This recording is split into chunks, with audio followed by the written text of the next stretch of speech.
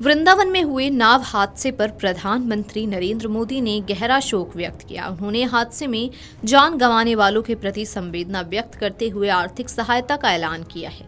वहीं इस घटना का एक वीडियो भी सामने आया है जिसमें लोग यमुना नदी में जान बचाने के लिए संघर्ष कर रहे हैं। स्थानीय लोग नाव के सहारे इन लोगों को बचाने की कोशिश कर रहे हैं। शुक्रवार को हुए इस हादसे में 10 लोगों की मौत हो गई। प्रधानमंत्री नरेंद्र मोदी ने इस दुखद घटना पर गहरा शोक जताया और मृतकों के प्रति अपने संवेदना व्यक्त की है। उन्होंने पीड़ित परिवारों के लिए मुआवजे का ऐलान किया। मृतकों के परिजनों को 2 लाख रुपए और जबकि घायलों को 50,000 रुपए की आर्थिक सहायता दी जाएगी। यूपी के मथुरा जिले के वृंदावन के केसी घाट पर शुक्रवार दोपहर बड़ा हादसा हो गया जिसने जिम्मेदारों की लापरवाही की पोल खोल दी है। यमुना रिवर फ्रंट परियोजना के तहत पांटून पुल हटाया जा रहा है। इस दौरान बिना किसी सुरक्षा प्रबंध क्षेत्र को प्रतिबंधित किए ही बुलडोजर पीपों को खींचकर हटाया जा रहा था।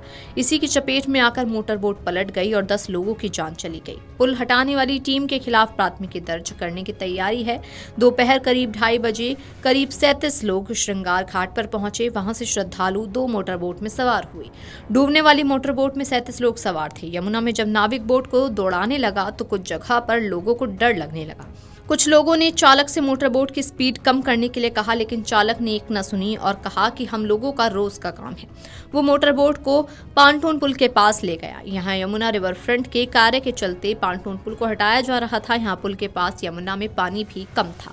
मोटर बोट वहां आकर रुक गई। चालक ने उसे चलाने के लिए स्पीड बढ़ाई तो बोट अनियंत्रित होने लगी और फिर लोगों ने चालक से कहा कि अब बोट को आगे नहीं ले जाओ, वापस ले चलो, लेकिन चालक ने फिर लोगों की बात को अनसुना कर दिया और बोट की स्पीड बढ़ा दी। अचानक तेज गति से मोटर बोट बढ़ी और हवा के झोंके से पांटून पुल से टकरा गई।